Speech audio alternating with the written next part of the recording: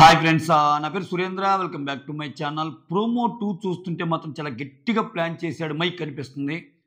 So flora eliminate అయ్యారని తెలుసు. Second elimination చాలా పకడ్బందీగా ప్లాన్ చేశాడు మైక్. ఇంతవరకు లీక్డ్ అప్డేట్ రాలేదు. ప్లస్ సో చాలా ట్విస్ట్ ఉండబోతుందేమో అన్నట్టు అర్థమవుతుంది ప్రోమో చూస్తుంటే, ప్రోమో కట్ చూస్తుంటే. పవరాస్త్ర లాస్ట్లో రివీల్ చేసిన సింపుల్, బాగా ఓటింగ్ ఉండేవాళ్ళు ముందే సేవ్ అయిపోయారు.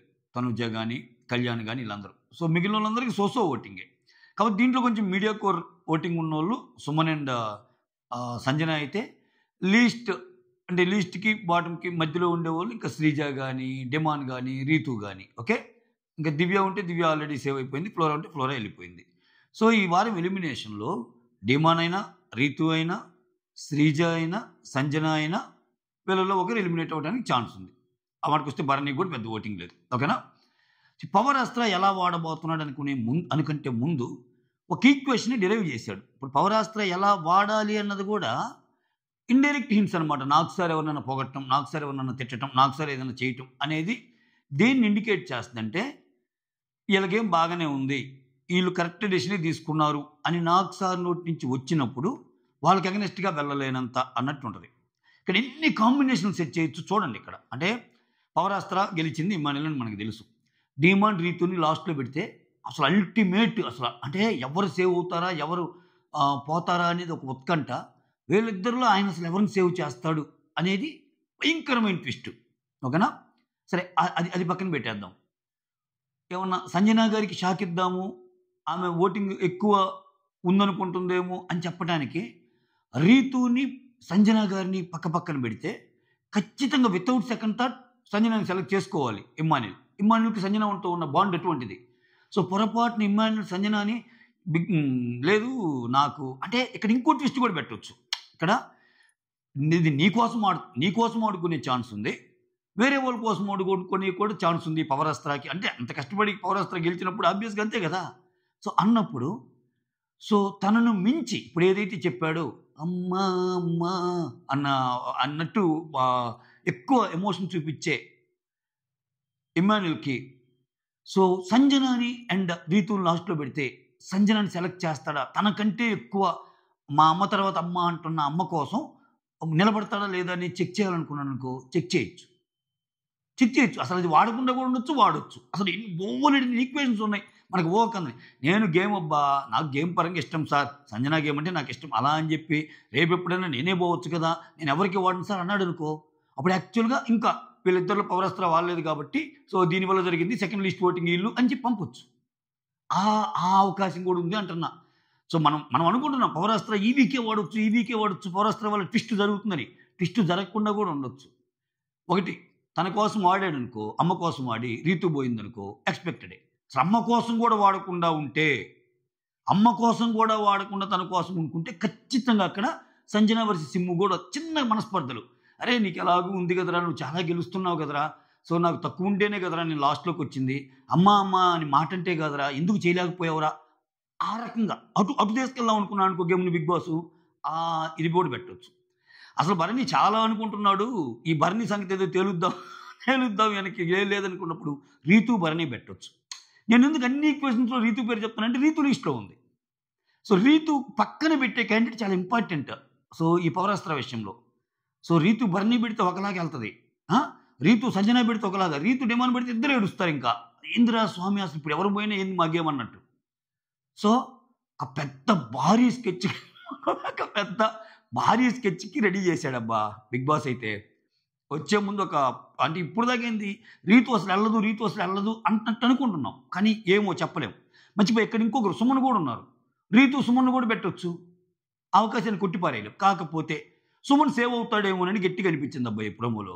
నిజంగా మాట్లాడితే సుమన్ అసలు ప్రోమో స్టార్టింగ్లోనే ప్రోమోకి వస్తున్నాయి. ఇంకా దీంట్లోనే కంక్లూడ్ చేస్తాం మొత్తం. ఏంటి, సుమన్ నువ్వు స్విమ్మింగ్ పూల్ టాస్క్లో నీ కాల్ టచ్ అయిందా లేదా? లేదు సార్ నాకు టచ్ కాలేదు సార్ అంటాడు, కానీ నిజంగా టచ్ అయింది, నాకైతే టచ్ అయింది అనిపించింది అబ్బా. అక్కడ హైట్ మ్యాటర్ కాదు, వాటర్ ఫ్లో ఉన్నప్పుడు అటు ఫ్లోట్ అవుతున్నప్పుడు కొంచెం జారుతారు, స్లైడ్ అయినప్పుడు కాల్ టచ్ అయింది. ఇంకొకటి ఏంటంటే అది ఒక్క ఫ్లోరానే కాదు, రాము కూడా చూస్తాడు. అక్కడ ఏంటంటే బిగ్ బాస్ కొన్ని సందర్భాల్లో గట్టిగా నిలబడతాడు, ఒక్కొక్కరి సైడు నిలబట్టమే కాదు అక్కడ ఉన్న ఆడియన్స్ కొన్నో సుమన్ ఏం తప్పు లేదన్నట్టు ఇచ్చేశారు. నాకైతే టచ్ అయినట్టే అనిపించింది ఆ రోజు చూసేటప్పుడు. సో, టచ్ కాలేదనంగానే ఇక్కడేం లేదు. నువ్వు సంచాలకుగా చేసినవన్నీ తప్పు అని ఫ్లోరా మీద ఇది ఇది చేసేస్తున్నాడు ఇంకా. ఎలాగో ఎళ్తున్నప్పుడు కొంచెం రీజన్స్ కూడా ఉండాలి కదా అన్నట్టు. ఇంట్లో లోపల ఉండేవాళ్ళు కూడా అనుకోటానికి. టచ్ కాలేదన్నప్పుడు రాముడిని కూడా పిలిచి అడుగుతాడు. సార్ నాకైతే దగ్గర నుంచి చూస్తే టచ్ అయినట్టుంది సార్ అన్నట్టు అనిపించింది అన్నట్టు. అది జరిగినప్పుడు నేను 1కి 2 సార్లు నాకెందుకు అలా అనిపించింది. అందుకని చెప్తాను అనిపించిందని.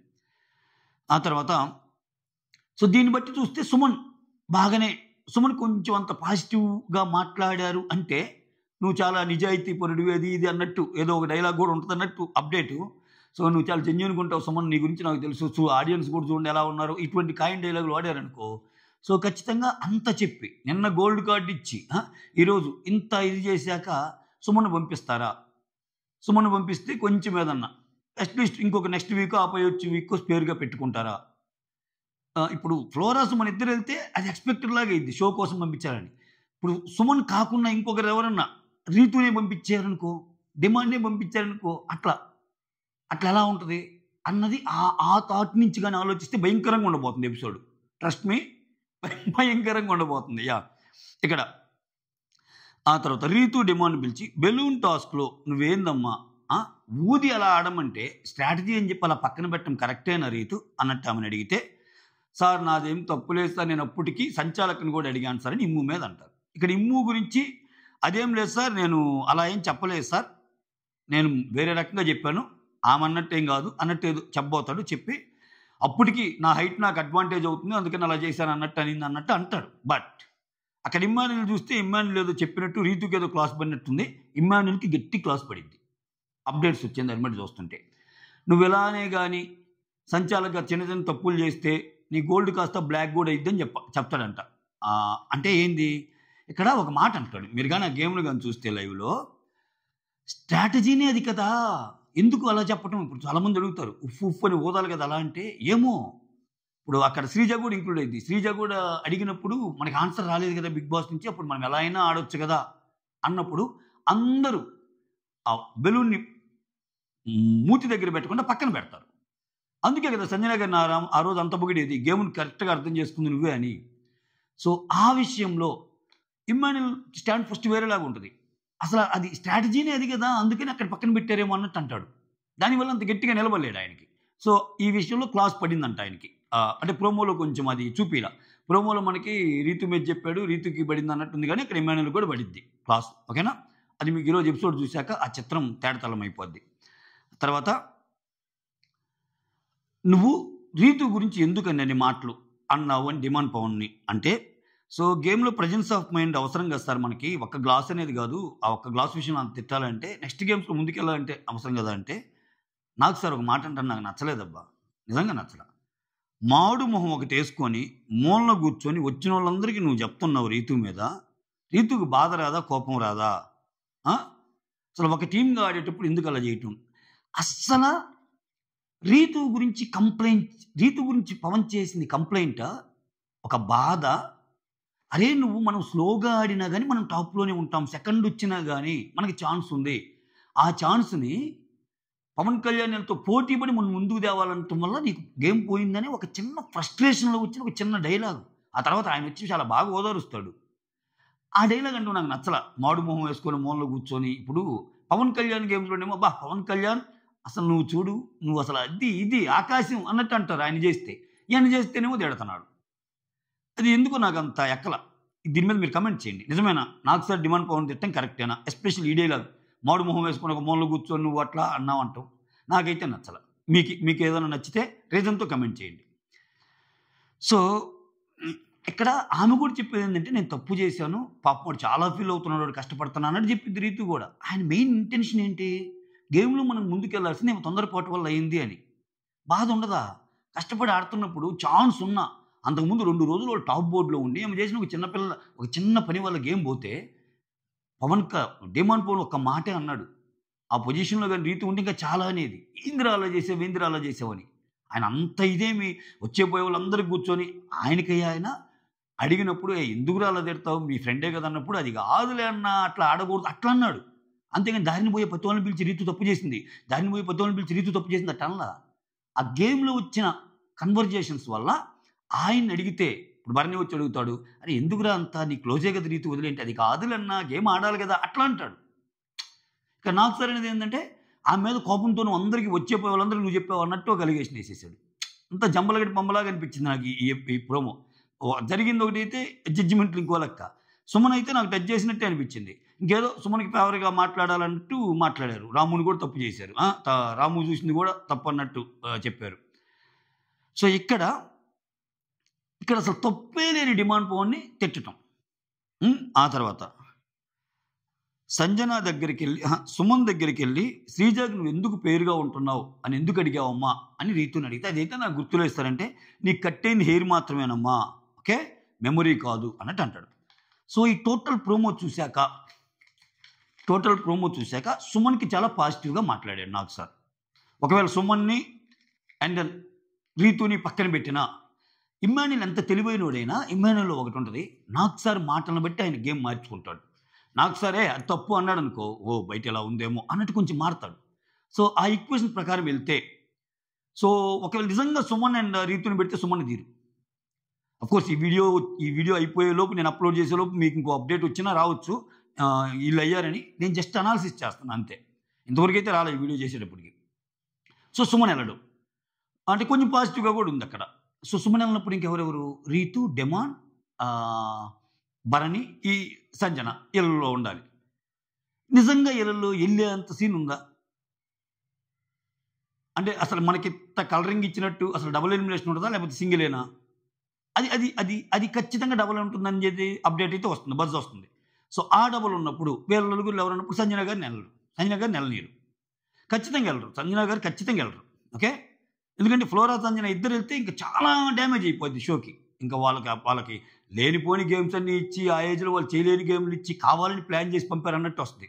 మోరోవర్ సంజనకి అసలు ఓటింగ్ ఉంది, మరీ లీస్ట్ ఓటింగ్ లేదు. సో సుమన్ సంజన వెళ్ళరు.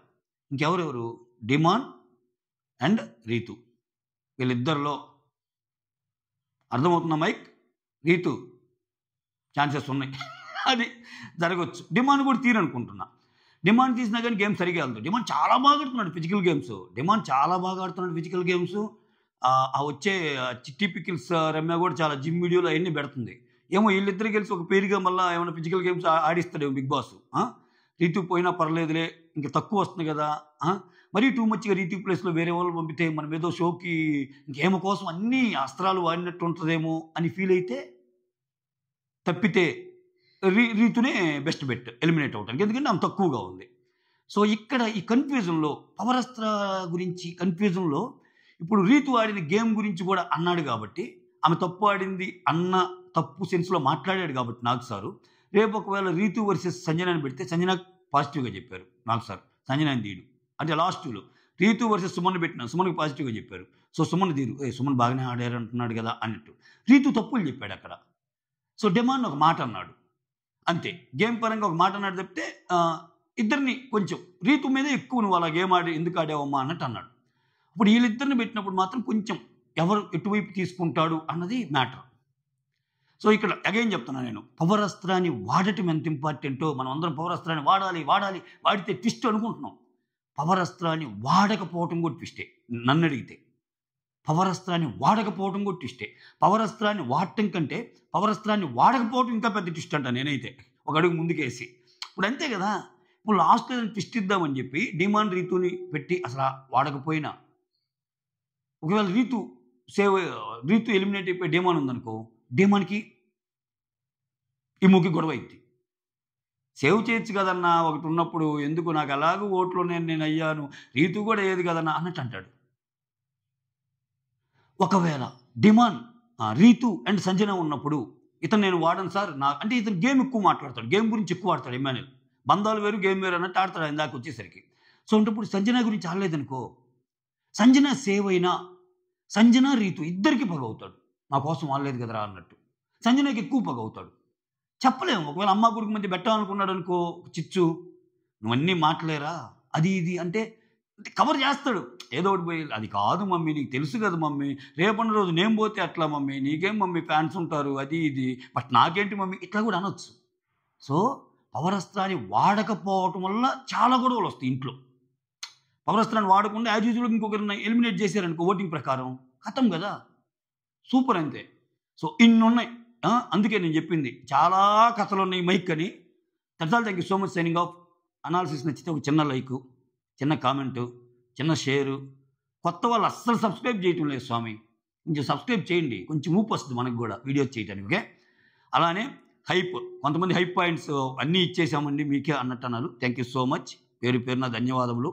సైనింగ్ ఆఫ్, మీ సురేంద్ర.